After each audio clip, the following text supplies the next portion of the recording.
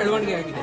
ಈಗಲೂ ಕೂಡ ಇನ್ನೂ ಒಂದಷ್ಟು ಇದೇ ರೀತಿಯಾದಂತಹ ಘಟನೆಗಳು ಅವ್ರಿಗೆ ಏನ್ ಸಂದೇಶವನ್ನು ಕೊಡ್ತಿದೆ ಇದೆಲ್ಲ ಆದ್ಮೇಲೂ ಕೂಡ ಫಸ್ಟ್ ನಿಮ್ಮ ಲೈಫ್ ಏನಾದ್ರು ಕನ್ಸಿಡರ್ ಮಾಡಿ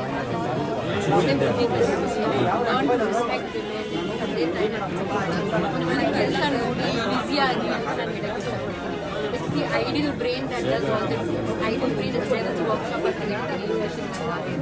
ಹಾಗೆ ನಾವು ಸುಮ್ಮನೆ ಮನೆ ಕೂತಿರುವಾಗ ಅಥವಾ ಏನು ಕೆಲಸ ಇಲ್ಲ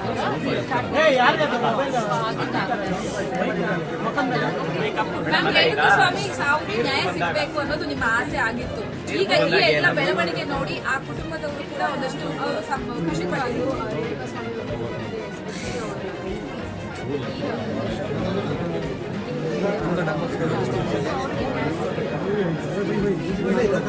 ಮೇಡಮ್ ನಿನ್ನೆ ಒಂದು ನಿಮ್ಮ ಆಡಿಯೋ ಅದು ಏನು ಕ್ಲಾರಿಟಿ ಆ್ಯಕ್ಚುಲಿ ಅವಾಗ ಅಂದರೆ ಈಗ ಅವತ್ತು ದರ್ಶನ್ ಅವರ ವಿಚಾರವಾಗಿ ಮಾತಾಡ್ತಿದ್ದೆ, ಸ್ತ್ರೀಯರ ವಿಚಾರವಾಗಿ ಮಾತಾಡ್ತಿದ್ದೆ. ಆಕ್ಚುಲಿ ನಾನು ಏನು ಹೇಳಿದೆ ಅಂದರೆ ಒಂದೇ ನನ್ನ ದರ್ಶನ ಪರಿಚಯ ಅವರು ಲೈಟ್ ತುಂಬ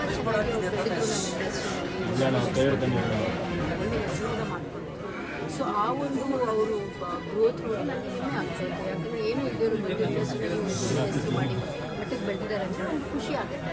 ಬಟ್ ಇವತ್ತು ನನಗೆ ಈಗ ಆಗದೆ ಹೋಗಿದ್ದಿದ್ರೆ ಇನ್ನೂ ಅಷ್ಟು ಚೆನ್ನಾಗಿರ್ಬೋದಾಗಿತ್ತು. ಆದರೆ ಅವ್ರ ಜೀವನ ಹಾಳು ಮಾಡ್ಕೊಂಡು ನನಗೆ ಬಟ್ ಒಂದು ಸಮಾಜದಲ್ಲಿ ಇದೀಗ ನಾವು ಕಾನೂನಲ್ಲಿ ನಾವೆಲ್ಲರೂ ನಾವು ರೆಸ್ಪೆಕ್ಟ್ ಕೊಡಬೇಕು.